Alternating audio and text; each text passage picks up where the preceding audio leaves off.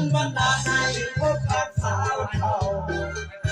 อายุเจ้า40ไปยังแก่สำเภาเที่ยวมาปากแต่น้องแต่สนิทเกรงใจสาวสมี40 ปีน้องยังโยนหากได้ต้องเป็นสาวขึ้นใหม่เราคงงามโซฟ